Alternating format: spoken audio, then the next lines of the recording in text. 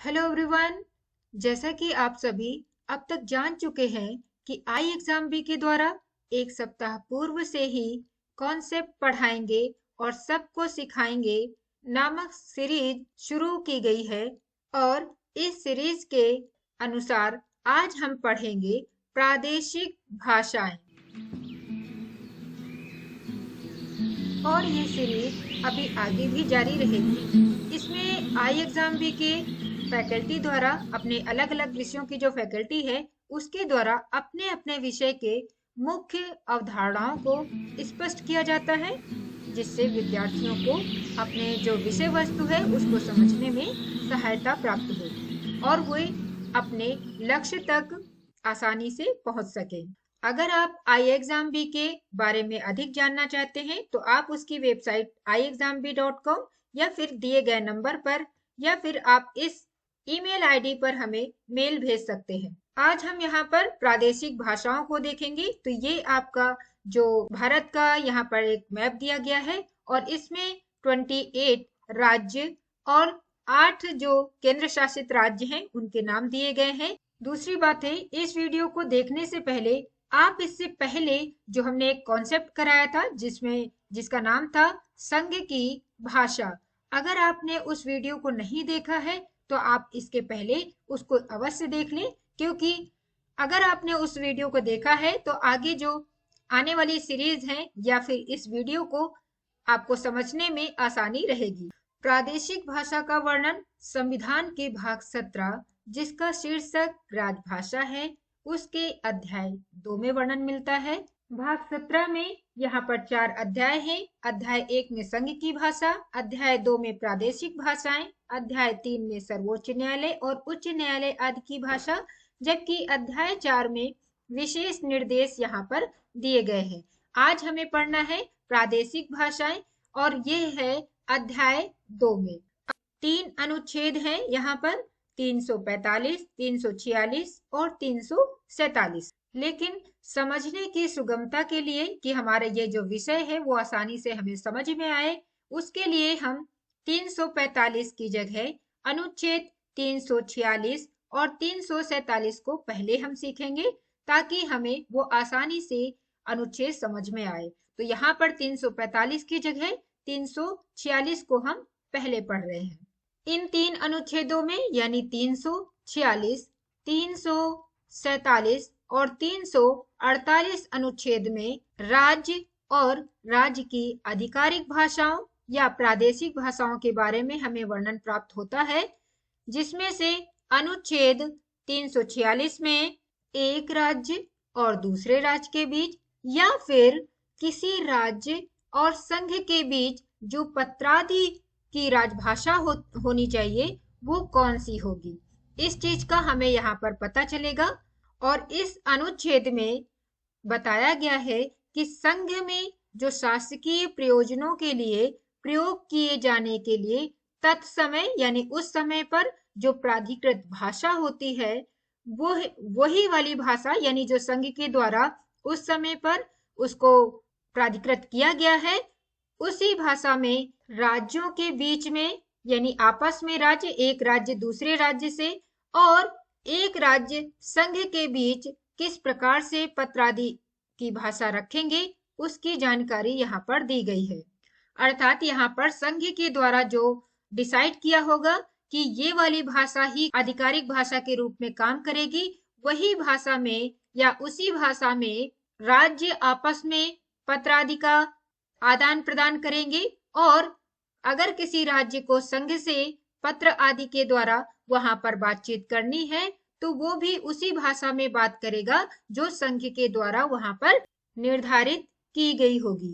परंतु यदि 2 या अधिक राज्य यह करार करते हैं यानी एग्रीमेंट करते हैं कि उन राज्यों के बीच यानी किन राज्यों के बीच, जो ये 2 राज्य या 2 से अधिक राज्य जो एग्रीमेंट करेंगे, जो सहमति एक दूसरे से करेंगे, उन राज्यों के बीच पत्रादि की राजभाषा हिंदी भाषा होगी, तो ऐसे पत्रादि के लिए उस भाषा का प्रयोग किया जा सकेगा। यानी यहाँ पर कहा गया कि जो 2 राज्य अगर आपस में बातचीत कर रहे हैं या फिर एक राज्य संघ से बात कर रहा है तो वहां पर वही भाषा का प्रयोग किया जाएगा जो संघ द्वारा उस समय निर्धारित किया गया हो।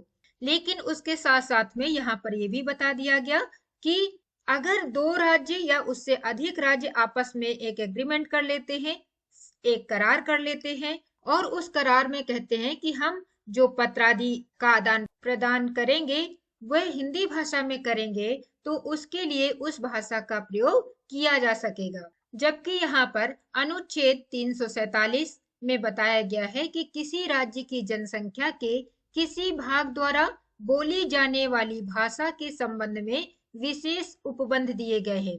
और ये उपबंध जो है वो इस प्रकार से है, यदि इस निमित्त, यानी निमित्त का मतलब होता है कारण, अगर इस कारण मांग किए जाने पर राष्ट्रपति का यह समाधान हो जाता है कि किसी राज्य की जनसंख्या का पर्याप्त भाग यह चाहता है कि उसके द्वारा बोली जाने वाली भाषा को राज्य द्वारा मान्यता दी जाए, तो वह निर्देश दे सकेगा कि ऐसी भाषा को भी उस राज्य में सर्वत्र या उसके किसी एक भाग में ऐसे प्रयोजन के लिए जो वह विनिर्दिष्ट करे शासकीय मान्यता दी जाए।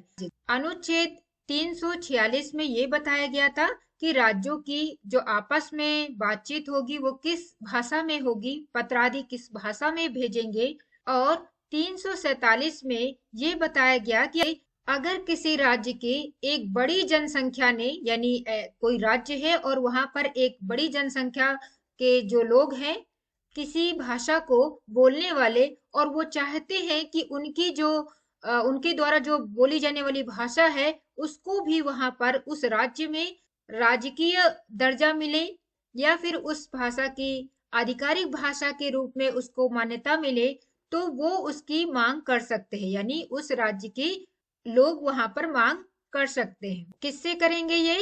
राष्ट्रपति को। अगर राष्ट्रपति को ये निश्चित हो जाता है कि ये जो मांग की जा रही है किसी भी भाषा को उस राज्य की आधिकारिक भाषा के रूप में बनाने के लिए, तो राष्ट्रपति ये आदेश दे सकते हैं कि उस भाषा को पूरे राज्य में, यानी जिस राज्य के लिए मांग किया जा रहा है उस पूरे राज्य में या फिर उस राज्य के किसी भाग में, मान लो कि राज्य एक बहुत बड़ा है और वहां पर इस क्षेत्र में उस भाषा को बोलने वाले अधिक से अधिक लोग हैं, तो इस भाग में या फिर इस पूरे राज्य में ही ऐसे प्रयोजन के लिए वो शासकीय मान्यता दे सकते हैं। यानी कौन दे सकता है? राष्ट्रपति दे सकते हैं, जो वो विनिर्दिष्ट करें, जिसके लिए राष्ट्रपति निर्देश दें कि इन इन कार्यों के लिए यहाँ पर उस भाषा का प्रयोग किया जाना चाहिए, तो वो ऐसा कर सकते हैं और वहां पर शासकीय मान्यता उस भाषा को मिल जाएगी। तो यहाँ पर क्या याद रखना है आपको? किसी राज्य की जनसंख्या के द्वारा मांग की जाने वाली भाषा को वहां पर राष्ट्रपति के द्वारा शासकीय मान्यता दी जा सकती है। मान्यता कौन देगा? राष्ट्रपति। लेकिन उसके लिए वो पहले उस चीज को क्लियर कर लेगा, उसका समाधान अपनी समस्या का कर लेगा राष्ट्रपति, उसको मतलब पता लगा लेगा कि क्या ये जो भाषा की मांग की जा रही है वहां पर अधिक बोलने वाले लोग हैं इस भाषा के या नहीं। ऐसा नहीं है कि वहां पर कुछ लोग ही उस भाषा को बोलते हो और उसको शासकीय मान्यता दी जाए, ऐसा नहीं होगा। वह अगर जनसंख्या का बड़ा भाग है उस भाषा को बोलने वाला, शासकीय मान्यता राष्ट्रपति के द्वारा मिल सकती है। अब हम अपना पहला अनुच्छेद इस अध्याय का, अर्थात यहाँ पर अनुच्छेद 345 के बारे में पढ़ेंगे। और 345 में लिखा हुआ है कि राज्य की राजभाषा या राजभाषाएं। 346 में हमने जब पढ़ा था तो उसमें संघ द्वारा निर्धारित भाषा का राज्य और दूसरे राज्यों के बीच में जो पत्रादि होते हैं, जो पत्र का आदान प्रदान होता है, उसके लिए उस भाषा को निर्धारित किया गया था। जबकि 347 में उस राज्य की एक बड़ी जनसंख्या के लोगों द्वारा मांग की जाने वाली भाषा को राष्ट्रपति द्वारा शासकीय मान्यता देने की बात कही गई थी। अब यहाँ पर जितने भी भारत के राज्य हैं तो उनकी अपनी राजभाषा होती है और वहां पर उन राज्यों में, यानी सभी राज्यों में या फिर अपने अपने राज्यों में किस भाषा को वो आधिकारिक भाषा के रूप में दर्जा दें, इस बारे में यहाँ पर हमें पता चलता है किस अनुच्छेद से? 345 से। तो इसमें देखते हैं कि यहाँ पर अलग अलग राज्यों की भाषा किस प्रकार से होगी। यहाँ पर बताया गया कि अनुच्छेद 346 और अनुच्छेद 347 के उपबंधों के अधीन रहते हुए अब 345 में 346 और 347 की बात की गई है, इसीलिए हमने 346 और 347 पहले पढ़ लिया है। इसमें किसकी बात की गई थी कि एक राज्य दूसरे राज्य से या फिर एक राज्य संघ से जब बातचीत करते हैं, एक दूसरे को पत्र के द्वारा जब आदान प्रदान होता है विचारों का, तो वहां पर संघ के द्वारा निर्धारित जो भाषा होगी वो वहां पर उसका माध्यम बनेगी। जबकि 347 में हमने पढ़ा कि वहां पर अगर किसी राज्य में एक बड़ी जनसंख्या ऐसी है जो किसी ऐसी भाषा को बोलने वाली है जो अभी तक उस राज्य की आधिकारिक भाषा नहीं बनी है, तो वो लोग मांग कर सकते हैं कि उसे भी यानी उस भाषा को भी शासकीय मान्यता मिले और राष्ट्रपति ऐसा कर सकते हैं, यानी उस भाषा को शासकीय मान्यता दे सकते हैं। तो इन दोनों उपबंधों के अधीन रहते हुए किसी राज्य का विधानमंडल, जिस प्रकार से केंद्र में संसद होती है, उसी प्रकार से राज्यों के जो विधानमंडल है वो विधि द्वारा यानी कोई कानून द्वारा, एक विधि द्वारा उस राज्य में प्रयोग होने वाली भाषाओं में से किसी एक या अधिक भाषाओं को या फिर हिंदी को उस राज्य के सभी या किन्हीं शासकीय प्रयोजनों के लिए प्रयोग की जाने वाली भाषा या भाषाओं के रूप में अंगीकार कर सकेगा। यहाँ पर यह बताया गया कि एक राज्य की जो राजभाषा होती है, जो आधिकारिक भाषा होती है, वो किस प्रकार से वहां पर निश्चित की जाती है। अब यहाँ पर बताया गया है कि अगर जैसे भारत देश में कितने राज्य हैं? कुल मिलाकर इस समय 28 राज्य हैं। तो 28 राज्यों की राजभाषा यानी उनके जो सरकारी कामकाज होंगे उसमें किस प्रकार की भाषा का प्रयोग हो। जैसा कि आप जानते हैं कि जो भारत देश है वह विविधताओं का देश है और यहाँ पर अनेक भाषाएं बोली जाती हैं। कोई एक, दो या तीन भाषाएं सिर्फ नहीं है, यहाँ पर 28 राज्य हैं। तो यहाँ पर इनकी जो क्षेत्रीय भाषाएं हैं या उनकी मातृभाषा कह लीजिए, तो वहां पर अलग अलग है सभी राज्यों में और एक नहीं कई कई भाषाएं उस राज्य में बोली जाती हैं। तो जो राज्य हैं वो अपनी किस भाषा को अपनी आधिकारिक भाषा के रूप में दर्जा दें।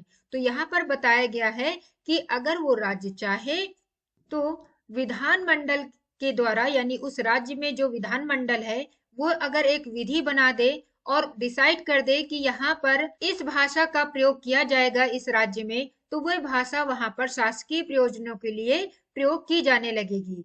हमारे देश में जो 28 राज्य हैं उनकी जो राजभाषा है वो अलग अलग है और इस तरीके से डिसाइड की जाती है कि वहां की जो विधानमंडल है यानी उस राज्य का विधानमंडल है वो चाहे तो विधि द्वारा बनाकर, कानून बनाकर किसी एक भाषा को यानी उस राज्य में जो प्रयोग की जाती हैं भाषाएं बहुत सारी, तो किसी एक भाषा को चुने या फिर कई भाषाओं को भी जो वहां की क्षेत्रीय भाषाएं हैं उनमें से एक से अधिक भाषाओं का चुनाव कर सकता है या फिर वो चाहे तो हिंदी को भी अपनी राजभाषा का दर्जा दे सकता है कोई भी राज्य।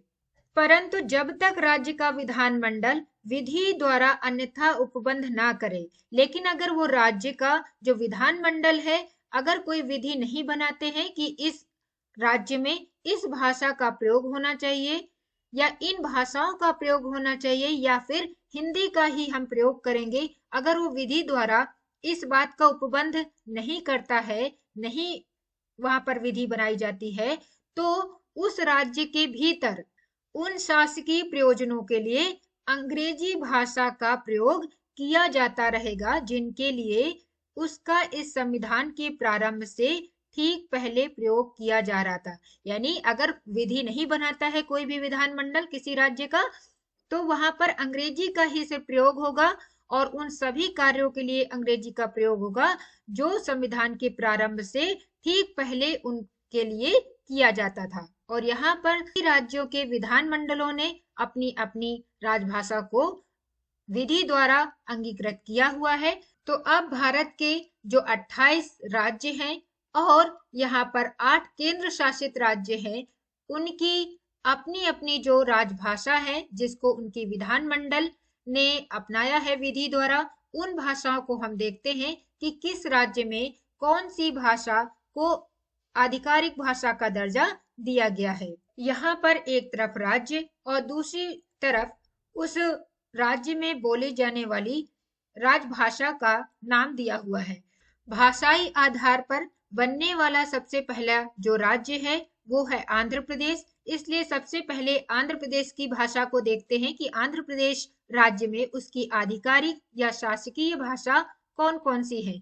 यहाँ पर राज्यों में एक से अधिक भाषाओं को, जैसा कि अभी हमने 345 के अनुसार पढ़ा है कि कोई भी राज्य अपने जो राज्य में चलने वाली भाषा या भाषाओं का प्रयोग आधिकारिक तौर पर कर सकता है। तो यहाँ पर एक भाषा या एक से अधिक भाषाएं किसी भी राज्य की आधिकारिक भाषा हो सकती हैं। तो आंध्र प्रदेश में तेलुगु और उर्दू भाषा का प्रचलन है, वहां पर आधिकारिक भाषा के रूप में। अरुणाचल प्रदेश में अंग्रेजी, असम में असमिया, बिहार में हिंदी, छत्तीसगढ़ में हिंदी और छत्तीसगढ़ी का प्रयोग, गोवा में कोंकणी और अंग्रेजी भाषा का प्रयोग, गुजरात में गुजराती, हरियाणा में हिंदी, हिमाचल प्रदेश में हिंदी, झारखंड में हिंदी और कर्नाटक में कन्नड़ भाषा का आधिकारिक रूप में प्रयोग किया जाता है। केरल में मलयालम भाषा का प्रयोग होता है, जबकि मध्य प्रदेश में सरकारी कामकाज हिंदी भाषा में किए जाते हैं। महाराष्ट्र की आधिकारिक भाषा मराठी है, मणिपुर में मणिपुरी चलती है, मेघालय में अंग्रेजी में कार्य होता है, जबकि मिजोरम में मिजो और अंग्रेजी भाषा को आधिकारिक दर्जा प्राप्त है। नागालैंड में अंग्रेजी भाषा का, उड़ीसा में उड़िया भाषा का, जबकि पंजाब में पंजाबी और हिंदी भाषा भी है। पंजाबी के अलावा यहाँ पर कई भाषाएं हैं, जैसे हिंदी भाषा का भी यहाँ प्रचलन है। राजस्थान में हिंदी, सिक्किम में अंग्रेजी, सिक्किम की जो आधिकारिक भाषा है, जो वहाँ की पहली भाषा है या उसकी जो प्राइमरी भाषा है, वो अंग्रेजी है। लेकिन सिक्किम ने इसके साथ साथ में 11 अन्य भाषाओं को भी क्षेत्रीय भाषा का दर्जा दिया है, जिसमें से मुख्य है नेपाली, सिक्किमी और लेपचा। इसके अलावा भी कई और भाषाएं हैं जिसको क्षेत्रीय दर्जा मिला हुआ है। तमिलनाडु में तमिल भाषा का प्रयोग किया जाता है। तेलंगाना में तेलुगु और उर्दू भाषा का, जिस प्रकार से आंध्र प्रदेश में किया जाता है, क्योंकि आंध्र प्रदेश का ही हिस्सा है तेलंगाना, जिसको अलग करके एक राज्य के रूप में बनाया गया है। त्रिपुरा में बंगाली, अंग्रेजी और कोकबोरो की भाषा का प्रयोग किया जाता है। उत्तर प्रदेश की जो आधिकारिक भाषा है वो हिंदी है। इसके अलावा यहाँ पर दूसरी भाषा के रूप में उर्दू का भी प्रयोग किया जाता है। उत्तराखंड में हिंदी का प्रयोग होता है, जबकि यहाँ पर अभी संस्कृत भाषा का भी प्रयोग करने की बात की जा रही है। पश्चिम बंगाल में बंगाली और अंग्रेजी भाषा का प्रयोग होता है। तो इस प्रकार से ये भारत के 28 राज्य हैं और हमने देखा कि यहाँ पर जो अलग अलग राज्य हैं उसमें किस प्रकार से उन्होंने अपनी जो क्षेत्रीय भाषाएं जो चलती हैं उनको आधिकारिक या शासकीय भाषा का दर्जा दिया हुआ है। अब हम पढ़ेंगे केंद्र शासित प्रदेश की जो राजभाषाएं हैं, और केंद्र शासित प्रदेश कुल मिलाकर अभी इस समय 8 हैं। सबसे पहले अंडमान व निकोबार द्वीप समूह की जो भाषा है, आधिकारिक भाषा, वो है हिंदी और अंग्रेजी। चंडीगढ़ में अंग्रेजी भाषा का, इसके साथ साथ में यहाँ पंजाबी भाषा का भी प्रयोग होता है। दादरा और नगर हवेली और दमन और दीव ये पहले अलग अलग केंद्र शासित प्रदेश थे, अब इनको दोनों को मिलाकर एक केंद्र शासित प्रदेश बनाया गया है। तो इनकी जो आधिकारिक भाषाएं हैं वो है गुजराती, अंग्रेजी, मराठी और हिंदी का भी यहाँ पर प्रयोग मिलता है। दिल्ली जो केंद्र शासित प्रदेश है उसमें हिंदी और अंग्रेजी का प्रयोग किया जाता है। लक्षद्वीप में मलयालम भाषा है आधिकारिक तौर पर। जम्मू और कश्मीर जो कि पहले एक राज्य था, लेकिन 370 हटने के बाद यह एक केंद्र शासित प्रदेश के रूप में कार्य कर रहा है। और इसको स्टेट बनाने की बात हो रही है, लेकिन अभी तक ये केंद्र शासित प्रदेश के रूप में ही है। और यहाँ पर भाषाएं जो हैं आधिकारिक तौर पर वो है कश्मीरी, डोगरी, हिंदी, उर्दू और अंग्रेजी। सबसे पहले यहाँ पर कश्मीरी भाषा का प्रयोग देखने को मिलता है अधिक। लद्दाख है, लद्दाख में हिंदी और अंग्रेजी का प्रयोग किया जाता है, जो कि जम्मू और कश्मीर को अलग करके एक नया केंद्र शासित प्रदेश बनाया गया है। पुदुचेरी में तमिल और अंग्रेजी भाषा को आधिकारिक भाषा के रूप में दर्जा प्राप्त है। इस प्रकार से आज हमने जो भारत में 28 राज्य और 8 केंद्र शासित राज्य हैं, उनकी अपनी जो आधिकारिक भाषा है, जो राजकीय भाषा है, उनके बारे में समझा, सीखा है। इसके आगे हम इस सीरीज को ऐसे ही करते रहेंगे। अगर आप ये वीडियो देख रहे हैं, इसके पहले वाली नहीं देखा है, तो प्लीज उसको देख लीजिए, क्योंकि अगर उसको देखेंगे तो वो जो उसका बेस है वो हमने इसमें क्लियर किया है। अगर आप उसको देखेंगे तो ये चीजें और आसानी से आपको समझ में आएंगी कि किस प्रकार से ये अध्याय 2 में हमने अनुच्छेद 345 से लेकर 347 तक की बात की है और प्रादेशिक भाषाओं का वर्णन किस अनुच्छेद में है। अगर आपने आई एग्जाम बी के चैनल को अभी तक सब्सक्राइब नहीं किया, कृपया इसको सब्सक्राइब कर लें